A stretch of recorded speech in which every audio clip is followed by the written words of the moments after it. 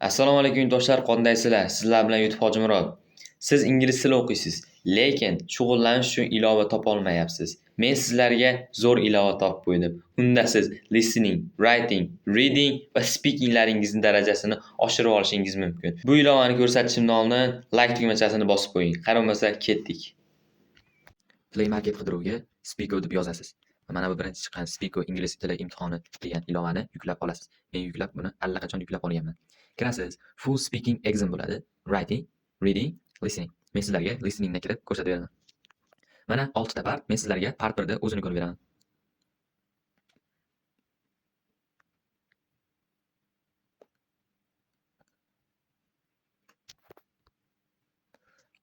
Mana tepada audio chiqadi, pastda variantlar chiqadi. Audioni National System of Assessment of Foreign Language Proficiency.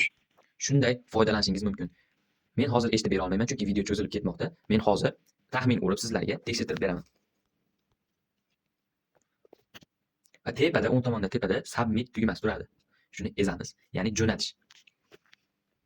Mana ko'rishingiz mumkin. Men taxmin urib 8 tadan 4 ta topdim. Siz buni eshitib, listeningizni yanada kuchaytirishingiz mumkin.